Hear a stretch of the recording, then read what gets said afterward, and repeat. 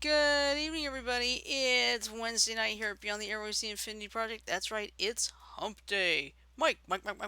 Sorry, Mike, can't resist. Okay. All right. Anyway, tonight it's our Attention One episode. It's our first one here on Twitch, and tonight it's a very touchy subject.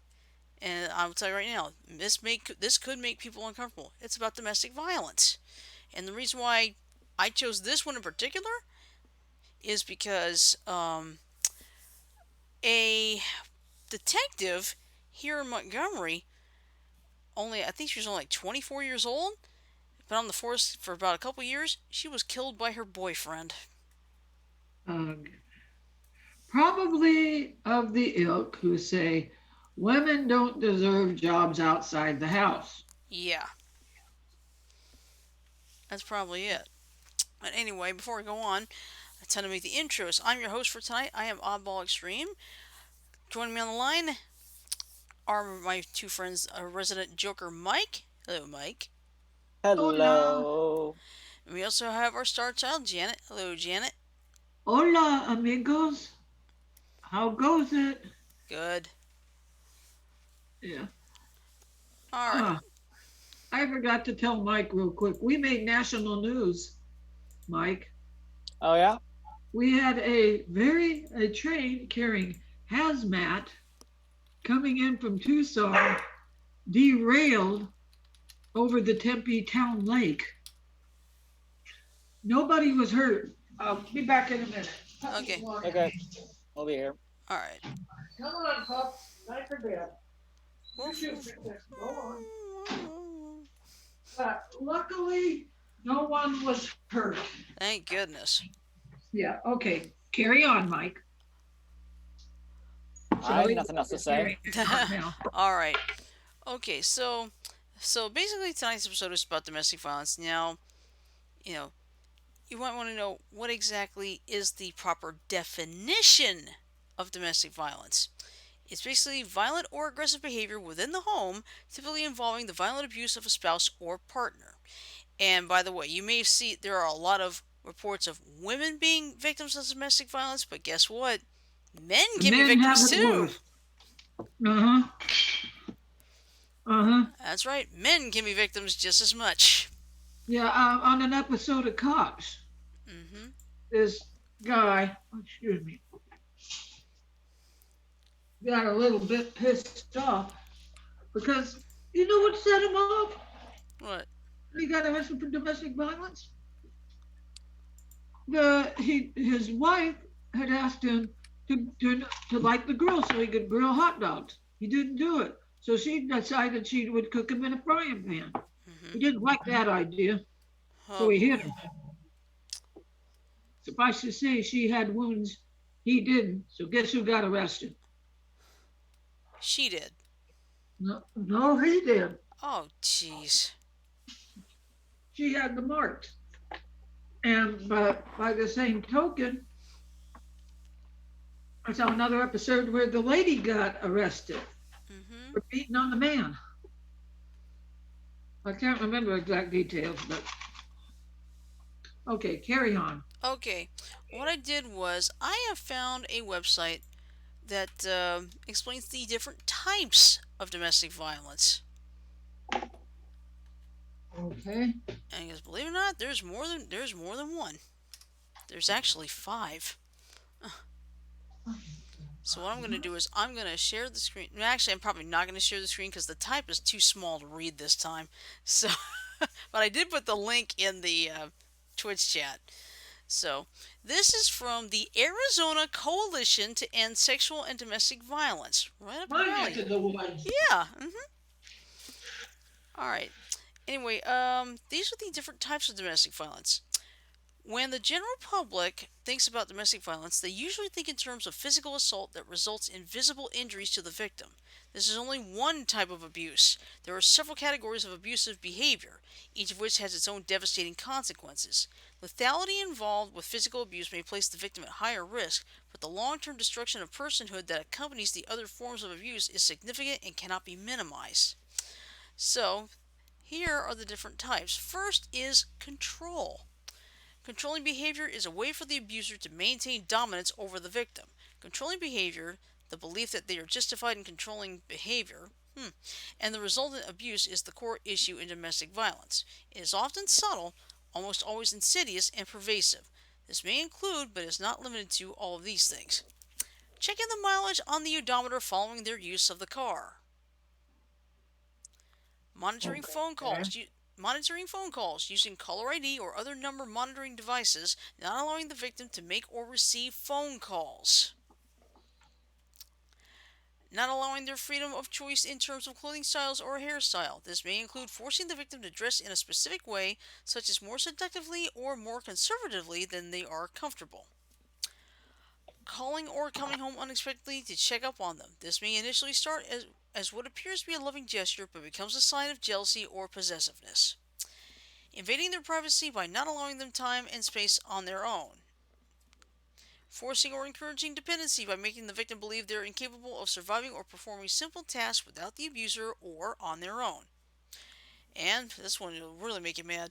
Using the children to control the victim parent by using the children as spies, threatening to kill, hurt, or kidnap the children, physical and/or sexual abuse of the children, and threats to call Department of Child Safety (DCS, formerly CPS) if the mother leaves the relationship. Uh, Boy, that pisses me off. Yeah. Now the next one, of course, is the physical abuse. But anyway, let's see. According to the Amend Workbook for Ending Violent Behavior, physical abuse is any physically aggressive behavior, withholding of physical needs, indirect physically harmful behavior, or threat of physical abuse. This may include, but it's not limited to, hitting, kicking, biting, slapping, shaking, pushing, pulling, punching, choking, beating, scratching, pinching, pulling hair, stabbing, shooting, drowning, burning, hitting with an object, threatening with a weapon, or threatening to physically assault. Withholding the physical needs, including interruption of sleep or meals, denying money, food, transportation, or help if sick or injured, locking victim into or out of the house, refusing to give, or rationing necessities. Abusing, injuring, or threatening to injure others like children, pets, or special property. Forcible physical restraint against their will, being trapped in a room or having the exit blocked, being held down. The abuser hitting or kicking walls, doors, and other inanimate objects during an argument, throwing things in anger, destruction of property, and of course, holding the victim hostage. Oh, yeah. Then we got Yeah, and you know what? A what? woman goes through all of that, and you really can't blame them for not trying to leave. Yep. Okay, the next one is sexual abuse. Do you think should I do this or should I skip this one? Can you redact it a little? Yeah, I could try. Okay. Use substitute words if you have to, all right? Okay. Yeah, because I really don't because this does get a little bit. Anyway, sexual abuse is doing it in an exploitative. Oh no, I got an get out of here. Out. Pop up on me. Hold on. Get out of here. Sheesh. Alright, take two. Let's try that again. Sexual abuse is basically using it in an exploitative fashion or forcing it on another person.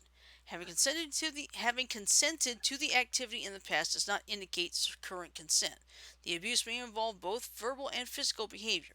This may include, but is not limited to, using force, coercion, guilt, or manipulation, or not considering the victim's desire. This may include making the victim do it with others, have unwanted experiences, or be involuntarily involved in being out in the street. Okay. Exploiting a victim who is unable to make an informed decision about involvement in the activity because of being asleep, intoxicated, drugged, disabled, too young, too old, or dependent upon or afraid of the perpetrator. Laughing or making fun of another's sexuality or body, making offensive statements, insulting, or name calling in relation to the victim's preferences or behavior. Making contact with the victim in any non consensual way, including getting in there. I'm just going to say that. I'm trying to retract as much as I can. Let's see. In other words, doing the deed, right? Yes, doing the deed non consensual. Right. Uh, let's see. Exhibiting excessive jealousy resulting in false accusations of infidelity and controlling behaviors to limit the victim's contact with the outside world. Having affairs with other people and using that information to taunt the victim. And then finally, withholding it from the victim as a control mechanism. How'd I do on that? Did great, Shirley. Good, because there were some words it's like, I really don't want to use those words, you know what I mean? Put the article in the Facebook chat and I'll read it myself. Okay. Alright, yeah, I'll do that. Hold on. But men think they're all that in a bowl of chips. Yeah, but sometimes women can do that too. Yeah. How about okay? Yeah, there's the link. All right. Emotional abuse and intimidation. According to the Amend Workbook for Ending Violent Behavior, emotional abuse is any behavior that exploits another. That should be another. So I have anthers. Oops. Spell check. Spell check.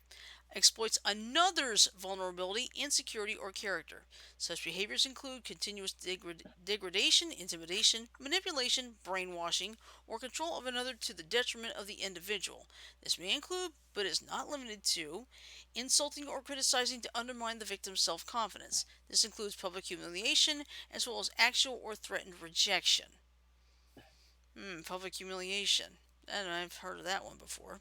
Threatening or accusing, either directly or indirectly, with intention to cause emotional or physical harm or loss.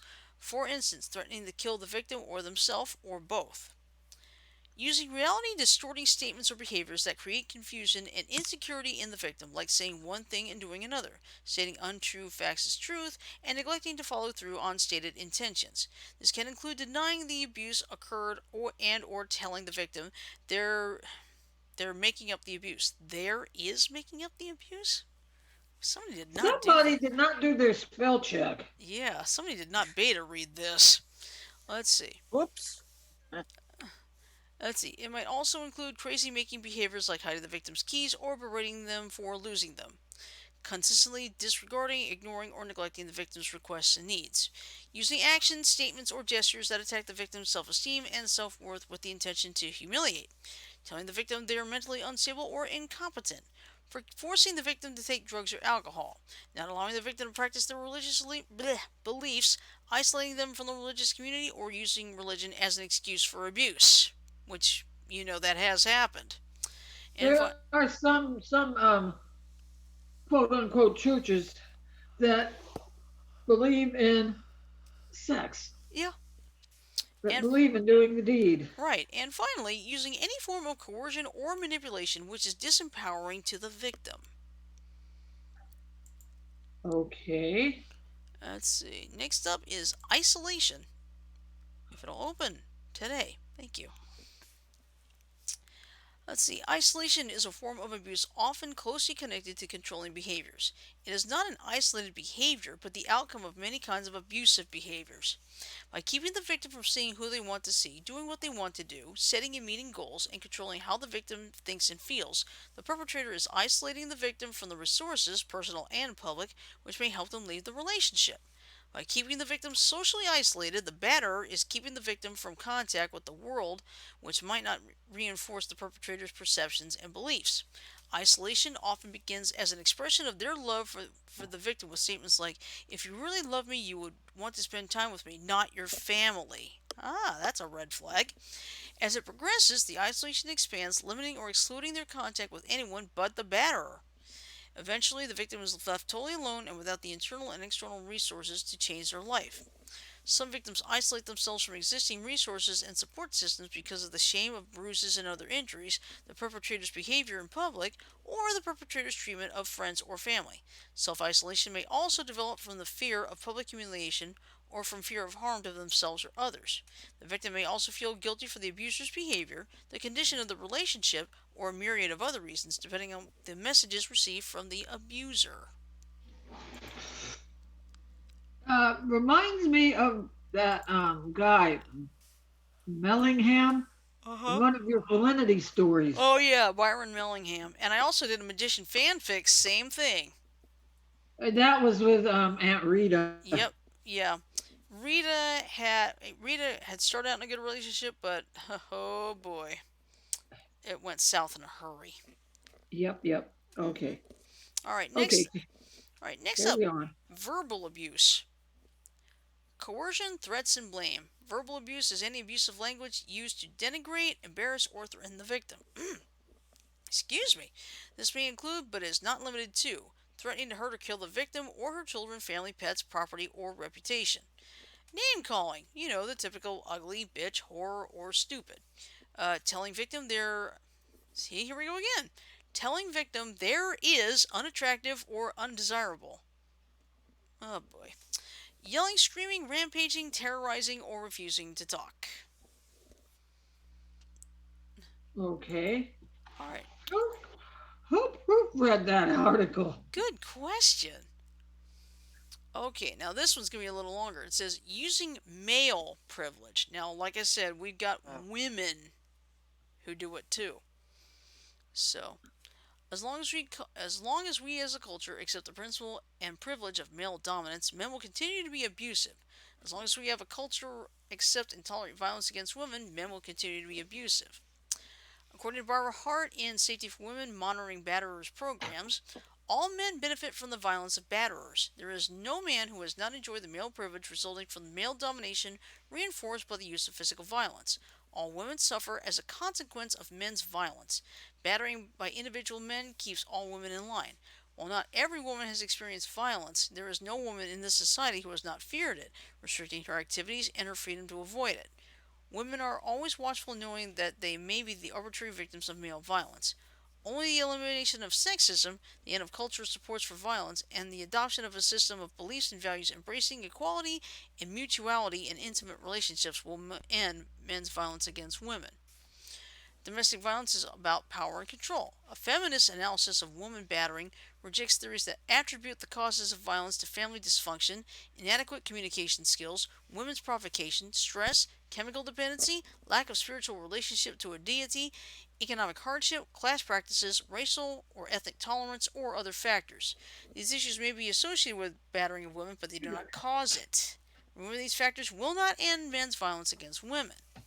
Batters behave abusively to control their partner's behavior, thereby achieving and maintaining power over their partners and getting their own needs and desires met quickly and completely.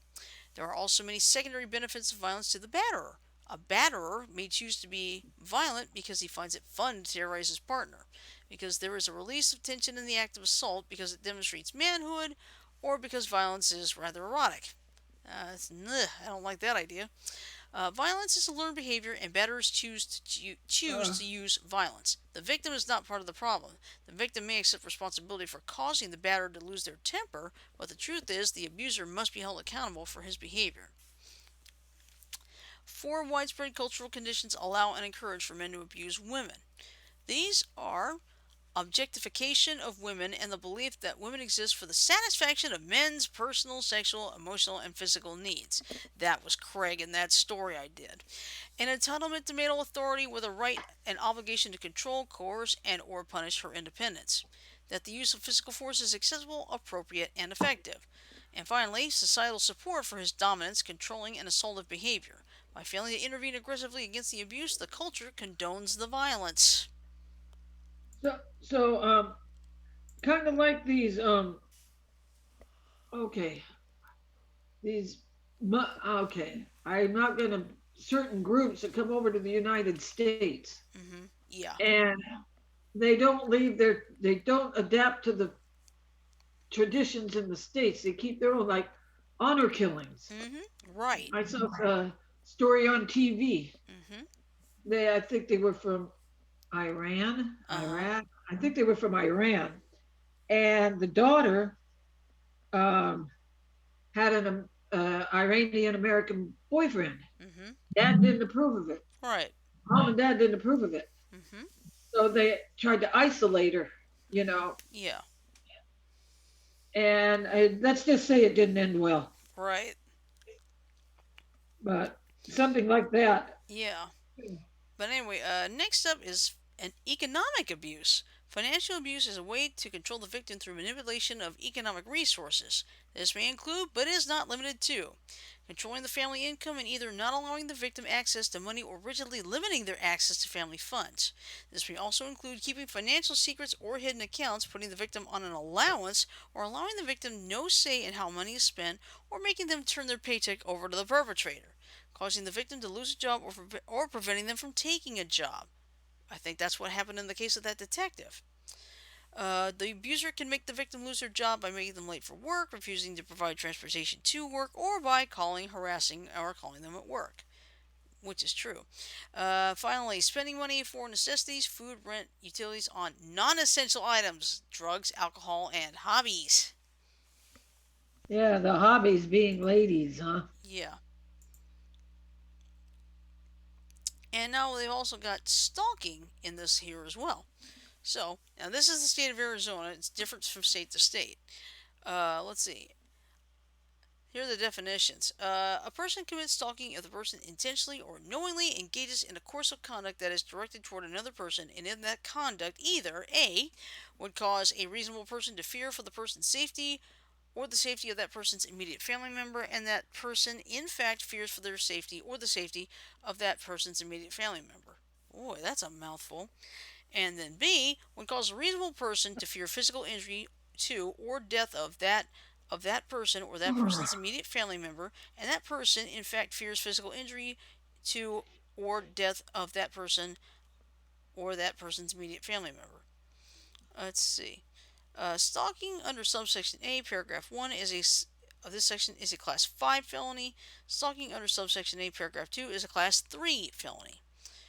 C, for the purposes of this section, course of conduct means maintaining visual or physical proximity to a specific person or directing verbal, written, or other threats, whether expressed or implied, to a specific person on two or more occasions over periods of time, however short, but does not include constitutionally protected activity. And number two, immediate family member means a spouse, parent, child, or sibling, or any other person who regularly resides in person's household or resided in a person's household within the last 6 months. You know what? It doesn't necessarily have to be a husband, wife, boyfriend, girlfriend. It could be mother, child, father, child. Mm-hmm. Not necessarily the abuse. Yep. You know, Right. not necessarily Yep. parent. Okay, let's see if Mike has anything to say. Uh, I'm good. Okay. That's fine. All right. All right. Well, anyway, next up we have common stalking behaviors. Stalking during a relationship or after it is ended is a high risk behavior. It is typically defined as the willful, malicious, and repeated following or harassing of another person, accompanied by a credible threat of violence.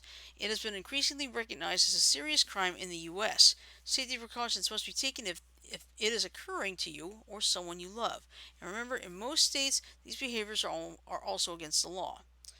Now, here are the examples: mailing cards or other cryptic messages, breaking windows, breaking into or vandalizing partner's home, taking partner's mail, leaving things such as flowers on a doorstep or at work, watching partner from a distance, hang up calls on the telephone, following partner with a car or on foot. Really?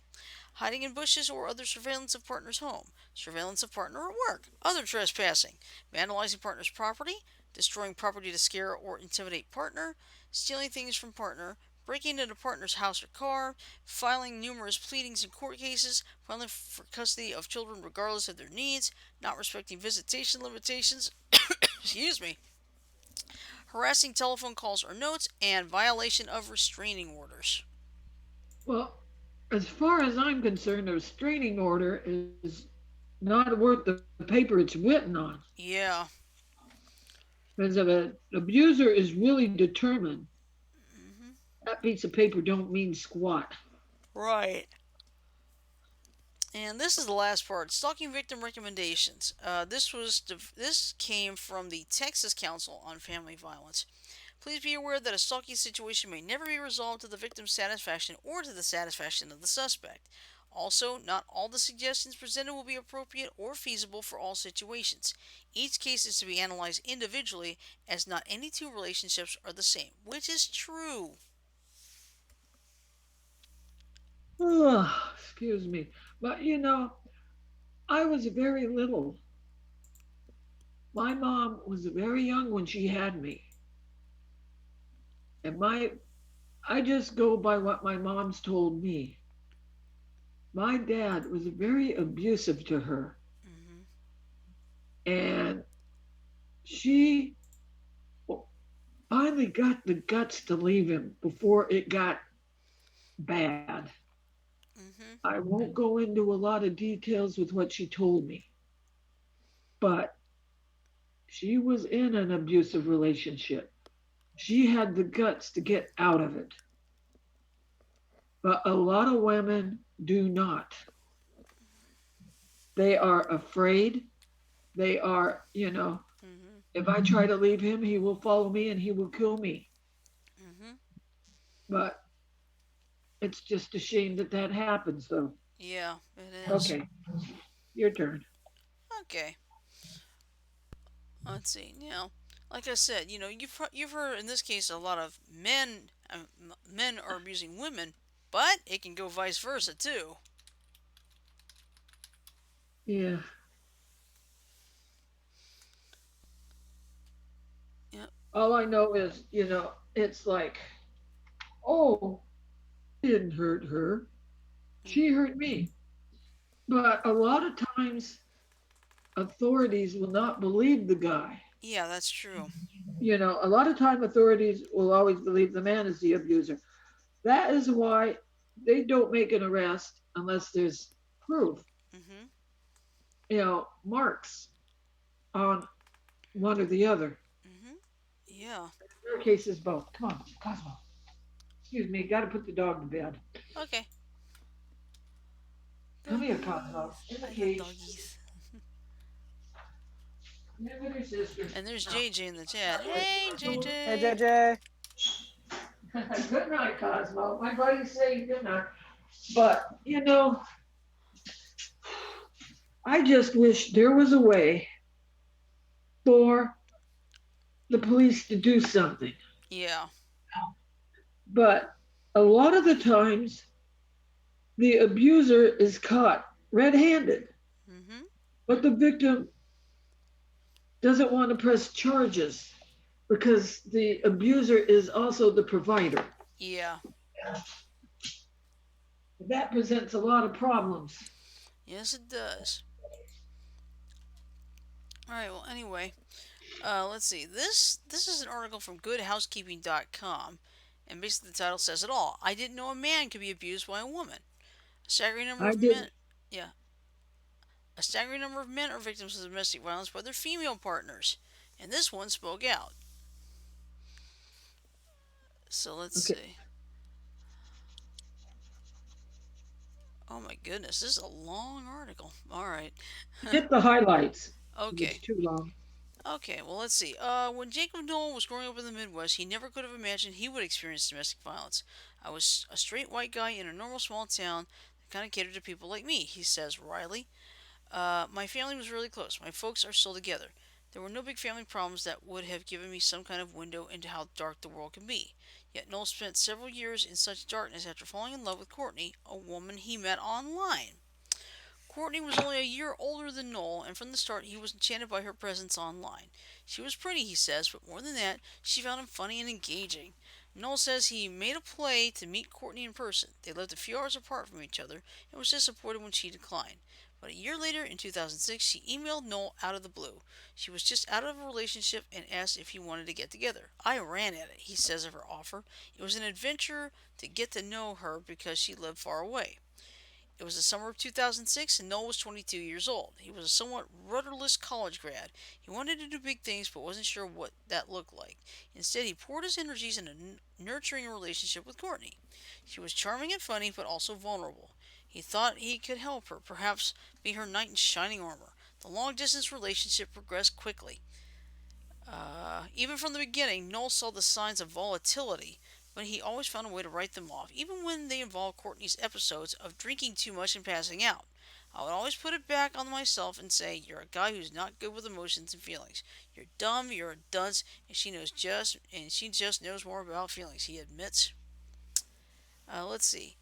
It's easy for Noel to look back now and see the trajectory of emotional and verbal abuse that led to the physical battering. But at the time, Courtney's behavior and words convinced him that the problem was his alone. She was emotionally volatile and, from the beginning, exhibited extreme mood swings, but Noel was sure that, as a man, he just didn't understand women's emotions. A relationship like that warps your thinking, he says. I took every mood swing at face value and trusted it, took it seriously, and was willing to believe I was the cause of it. He knew he was in too much deep, but he was also uncertain about how to turn back. He proposed to Courtney. It wasn't long before the physical abuse started. One of the first episodes of battering occurred as the couple was preparing their wedding invitations.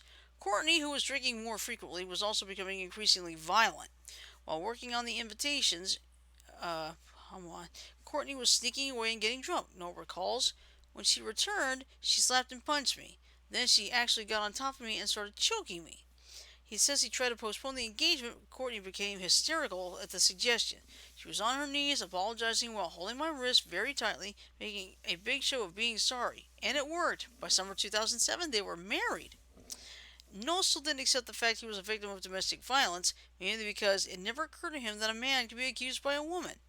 But though women are 3 times more likely to be killed or seriously injured by a male partner than vice versa, up to 29% of straight men in the United States have been the victim of physical violence by an intimate partner in their lifetime.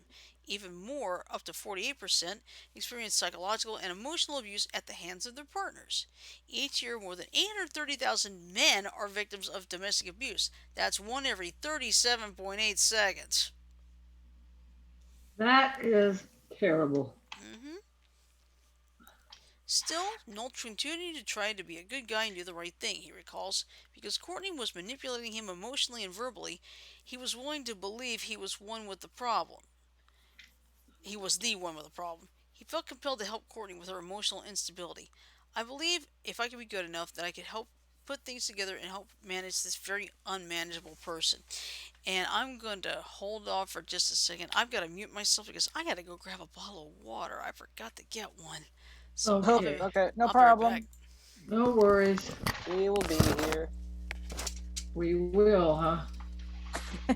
Of course we will. I didn't know there was that many articles out there about abuse. Same. I had no idea either. Yeah. Well, we're trying to keep it down to a minimum, you know. Yeah.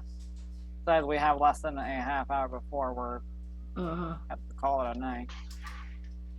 So,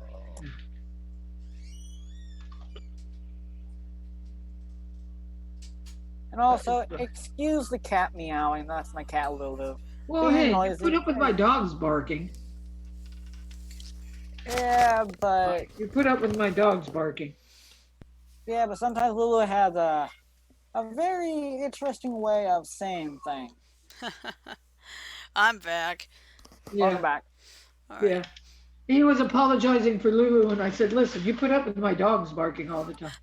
I did not know that there was so many stories out there about abuse. Oh yeah. Oh, there's plenty. Believe me. All right. Anyway, no one in their circle of family and friends knew that Noah was already being abused by his wife. He had alienated his friends by throwing himself into the relationship with Courtney, and he worked hard to conceal her behavior from others, even when she ended up in a psychiatric hospital for a brief period of inpatient treatment. She continued the verbal and emotional abuse, and the physical violence persisted. The couple would fight for hours at a stretch, ending only after exhausting themselves. She could go and go and go and beat you down until you're suddenly on your knees crying and apologizing. You don't even know why. Noel's social ties were effectively cut and he was alone. He knew his marriage wasn't healthy, but he continued to feel the weight of responsibility.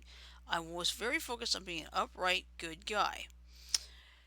Now, increasingly, however, Noel couldn't write off Courtney's attacks. Physically cut off from everyone else in his life, he used email to slowly reveal his abuse to his one remaining friend and the pastor of his church.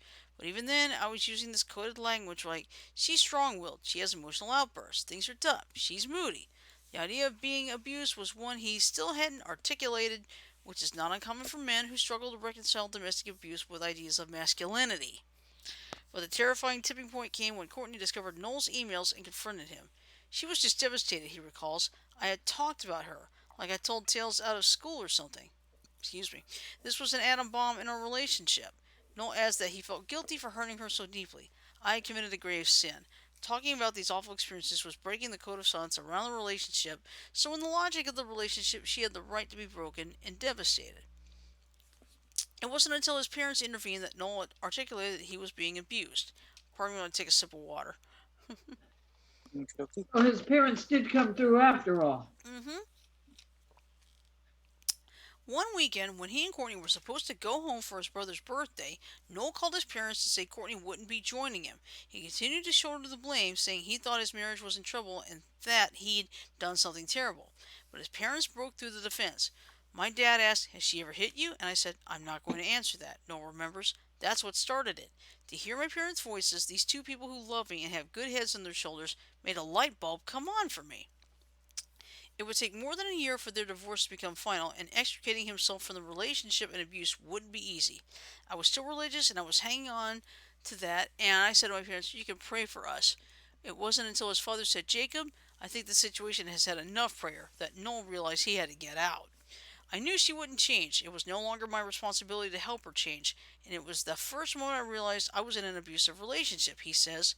But recognition of the abuse didn't eliminate the barriers to leaving the marriage. Noah wasn't confident he could get out of the house safely, and he had to make an escape plan with the help of his family. Leaving a marriage defined by domestic violence hasn't been the end of Noel's challenges. The divorce took more than a year to finalize, and Noel had to get a restraining order to prevent Courtney from contacting him. She had shown up at his workplace and snuck into his basement of the home they had lived in. Even when that was behind him, the effects of the abuse rippled across the rest of his life.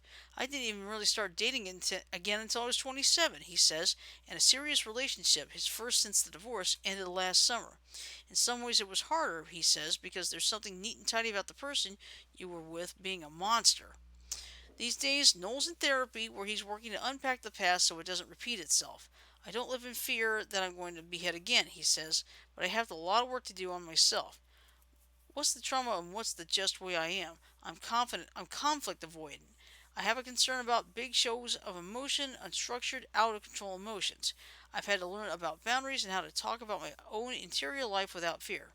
He's relied heavily on family and friends, reconnecting after being isolated from them during his marriage, and written a book called The Love Bomb, which has been a key part of his healing process.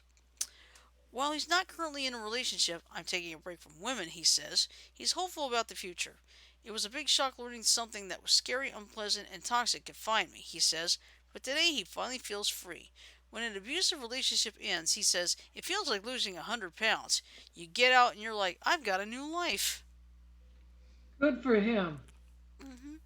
It took a while, but he he found his way out. Yep, exactly. But it just But goes to it show took. you, it's amazing. That number is shocking. 29% of men. Hmm. Well, you want to know something? There's probably a lot more men out there than the 29%. Yeah, these are all reported. Who knows how many unreported ones there are? Right. Which that's what makes it so bad. That's what makes it so sad. Mm-hmm. Because he pushed away his friend. She pushed away his friends. Mm-hmm. It was all about fucking her. Yep, exactly. It was all about her. So, but Yeah. But anyway, the next thing I'm going to put in, this is the actual story that got me thinking about doing this show tonight. So, let me put that in here. Oh, Tim's in the chat. Hello, Tim. Hey! hi, Tim. Yo, Just Tim. now So, got onto the chat. okay. Alright, anyway. This was back on July the 6th. Ex-boyfriend charged with the capital murder and death of MPD detective, Montgomery Police Department. Detective Tanisha Pugsley, 27, was fatally shot on, I believe it was it was Monday the 6th of July. Okay. Anyway, A 24-year-old man was charged in the fatal shooting of an off-duty Montgomery Police Department detective. Brandon Deshaun Webster is accused of killing his ex-girlfriend, MPD detective Tanisha Pusley, at her home early Monday morning on the 6th.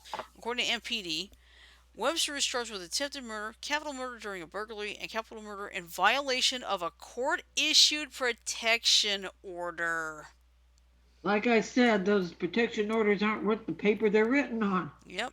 The U.S. Marshals Fugitive Task Force took him into custody, and he was placed in the Montgomery County Detention Facility. Police and paramedics responded to reports of a person shot around 2:15 a.m. on the 6th at House on Overview Drive in the Park Lake neighborhood.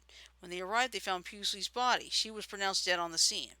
The Montgomery Police Department said the shooting appeared to be domestic related. Pusley, 27, wasn't acting in her law enforcement capacity at the time of the shooting. Court records show Pusley was recently granted a restraining order against Webster. The restraining order indicates Webster and Pusley were in a current or former dating relationship at the time it was filed in June. Pusley allegedly Pugley alleged Webster would unexpectedly come to her house, and he once hit her on the head when she was holding her godchild, causing her to drop the child. The protection order was granted June 19th and prevented Webster from contacting, harassing, stalking, or threatening Pugley. He was also restrained from being at the house where Pugley was killed.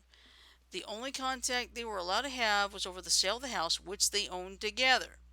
Pugley had been with the department since 2016. She earned a degree in criminal justice from Alabama State University and was a member of the bowling team on the roster from the 2011-2012 season when she was a freshman, lists her hometown of Chicago. According to ASU, funeral arrangements haven't been finalized. Actually, yeah, she already had the funeral, I think, on that Saturday. We offer our deepest condolences and prayers to her and her family and coworkers, ASU President Quentin Ross said in a message to university students and staff. Black wreaths were displayed on the doors to MPD headquarters, and city Montgomery flags were lowered to half staff. Our entire community today mourns the death of one of our own, Tanisha Pusley. Today, Pusley answered the call to serve, defend, and protect our city, said Montgomery Mayor Stephen Reed. We stand today with her family, friends, and colleagues, and all who love her, praying for comfort, peace, and healing during this tragic time. That is sad. You Mm-hmm. know, a police officer. How many years in the force? I Oh, think about, let me see, 4 years. oh, I wonder. Like I said, those restraining orders aren't worth the flip of paper they're written on. No, they're not. No matter what it takes, these Take a look at that actress from My Sister Sam, Rebecca Schaefer. Rebecca Schaefer. Hmm. Um, that's not domestic violence per se, but it is the stalking part of it. Yeah. That a hole was after her for months. Hmm. Yeah. Excuse me, getting water. Yeah. It's amazing. It's amazing how some stalking stalking is serious nowadays. Hold on a second. My ears bother me. Ow. Ah. Excuse me. Okay. Sorry about that. Had to take the headphones off. Well, I'm glad I figured out I could use my speaker system without mine. Hmm. Yeah. Problem is But I don't really have a good mic. So, but I mean, it's just sad that men and women they have to suffer like this, and you know some people are dumb enough to say, "Oh, they can easily get out of a relationship." Oh no, it ain't that simple. they can usually what? People. Some people think, "Oh, you could have gotten out of that relationship easily." No, if you have never experienced domestic violence, you have no clue. Because all these victims, Yeah, I know. they start off in a good relationship, then it goes completely south. And believe it or not, Yeah. now I'll tell you something. At the time I wrote that fanfic for the magician, Which one? the controlling substance one, that's the one where Rita's got that abusive boyfriend. Oh Um, yeah, I forget his name, but Craig Rutherford, Yeah. Yeah, but what happened was I had actually seen an episode of Maury about that. Yeah. That's yeah, and because at the time Maury wasn't just doing paternity tests and such, he was also doing he had shows where he had men abusing their spouses and partners. So Oh, excuse me. your excuse. You know, Yeah, but that's basically what gave me the idea to write the story because like, hmm, yeah. I got an idea. And then you had enough inspiration to do a sequel. Yep. Well, actually, Controlling something. I And what was the sequel? it was Restoration, but that was actually written by Francis Marshall. But yeah, I mean, domestic violence is not an easy thing to talk about, to understand sometimes, but it happens. It's sad and it happens. And I found out something interesting. I think if I remember right, I read somewhere that this COVID-19 is actually causing an uptick. In abuse? Yeah, Interesting. yeah. I didn't know that. Well, let's Neither see. neither did I. Yeah. Okay. Here.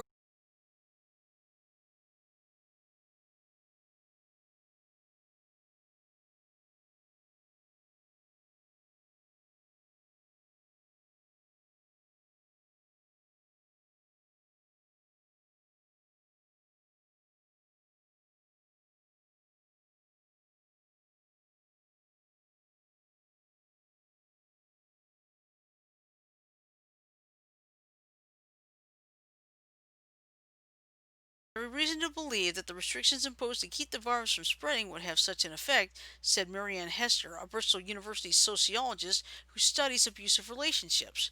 Domestic violence goes up whenever families spend more time together, such as the Christmas and summer vacations, she said. Now, with families in lockdown worldwide, now keep in mind this is back in April, so hotlines are lining up with abuse reports, leaving governments trying to address a crisis that experts say they should have seen coming. The United Nations had called for urgent action to combat the worldwide surge in domestic violence.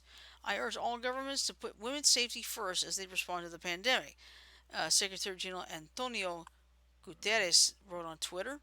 Governments largely fail to prepare for the way that new public health measures would create opportunities for abusers to terrorize their victims. Now, many are scrambling to offer services to those at risk. But, as with the response to the virus itself, the delays mean that irreparable harm may have already occurred. As cities and towns across China locked down, a 26-year-old woman named Lily found herself entangled in more and more arguments with her husband, with whom she now had to spend every hour in their home in Anhui province in eastern China. On March 1st, while Lily was holding her 11-month-old daughter, her husband began to beat her with a high chair. She's not sure how many times he hit her. Eventually, she says one of her legs lost feeling and she fell to the ground, still holding the baby in her arms. A photograph she took after the incident shows the high chair lying on the floor in pieces, two of its metal legs snapped off, evidence of the force with which her husband wielded it against her. Pardon me just a second. Hold on. Hmm. Hmm. Let's see. A photograph she took after the incident. Yeah, I read that already. Another image documents Lily's injuries. Nearly every inch of her lower legs was covered in bruises, a huge hematoma blooming on her left calf. Lily, her full name was not being used for her safety, said that her husband had abused her throughout their 6 year relationship, but that the COVID 19 outbreak made things far worse.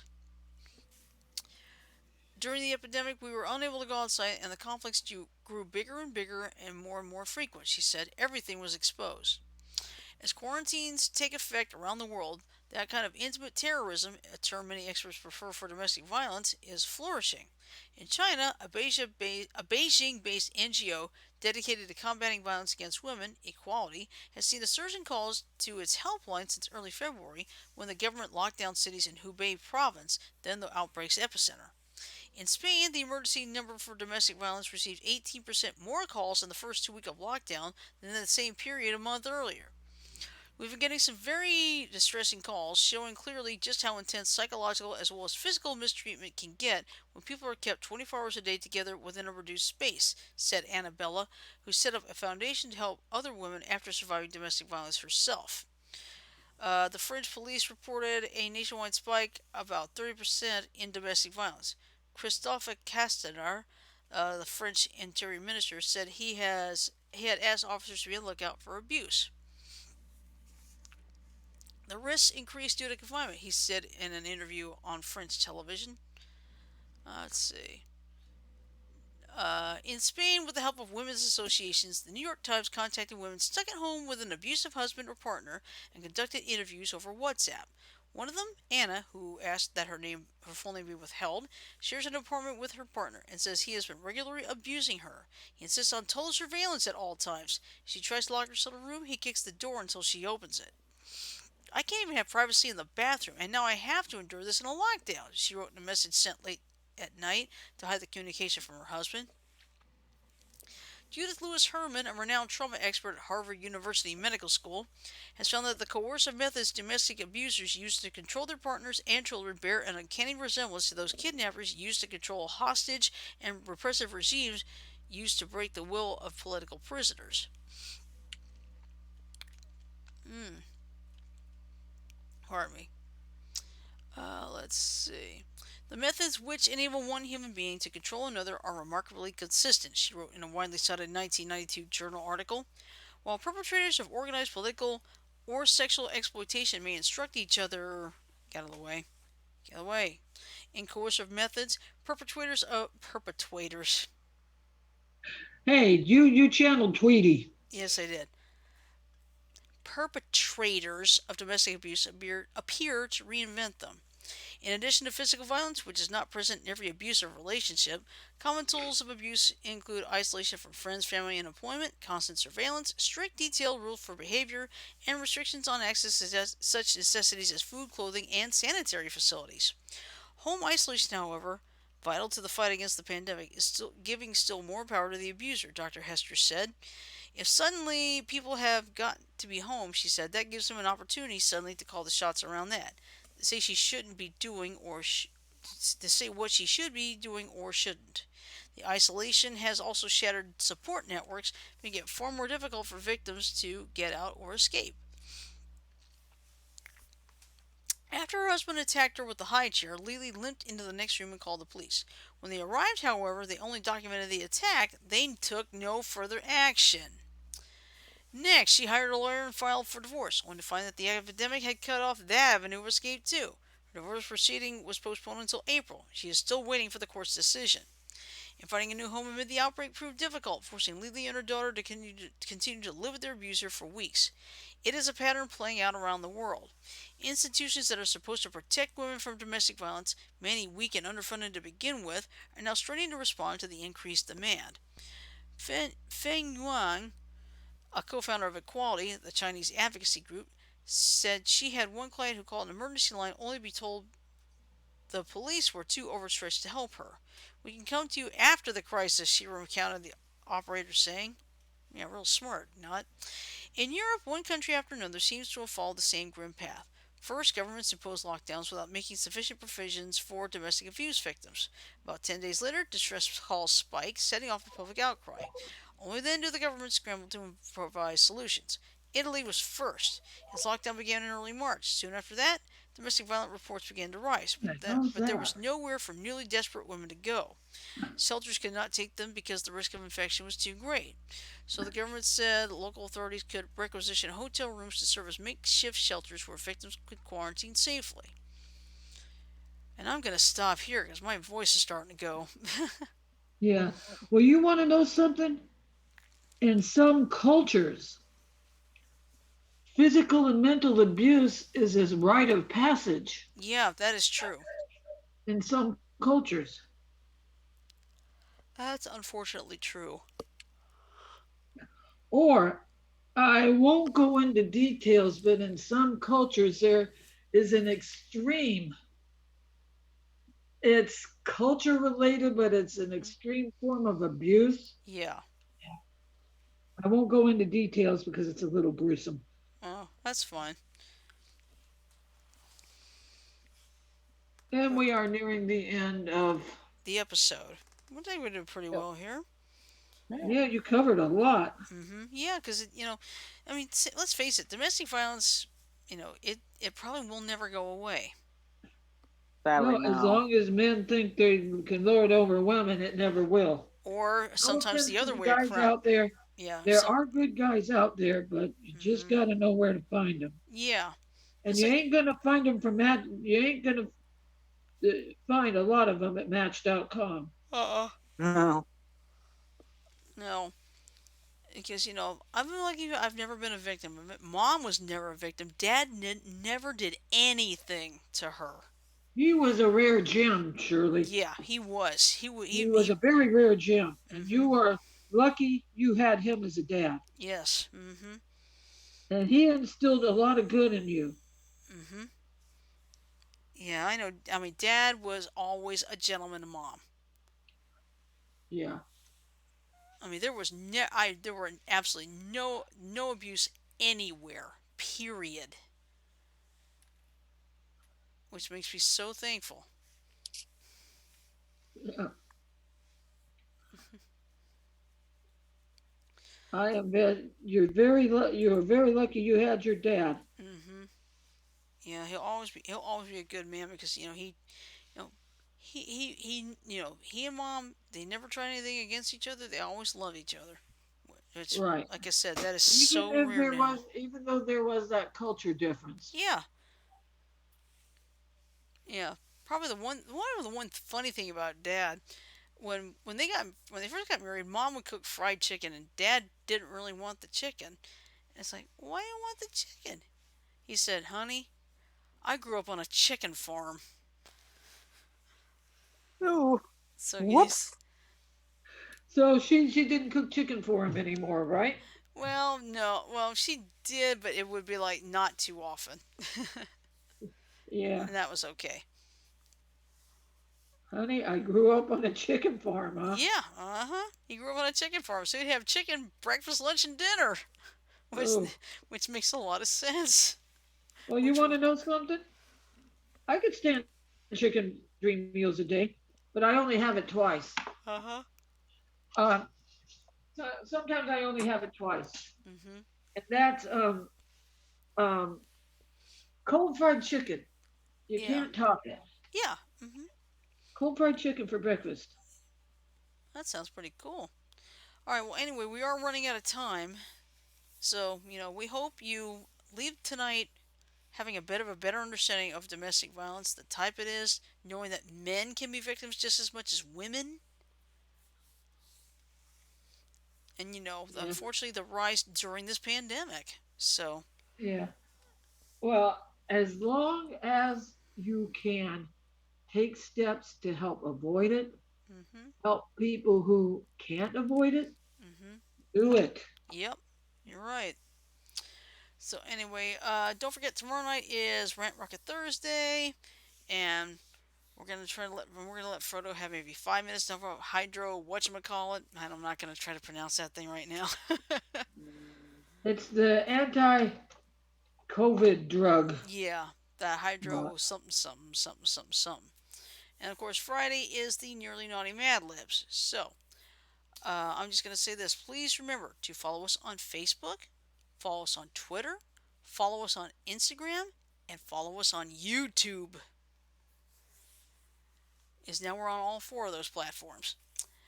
Um, Good. hmm And if you got any ideas, let us know. We'd love to get some fresh ideas. So, with that in mind, I'm going to say love, peace, and chicken grease. Everybody have a great night. Sleep well, stay safe, and we'll see you tomorrow for Rant Rocket Thursday. Have a great Good. night, and we'll see you tomorrow. Night, y'all. Have a great Jana, night, everybody. everyone. Take care, everybody.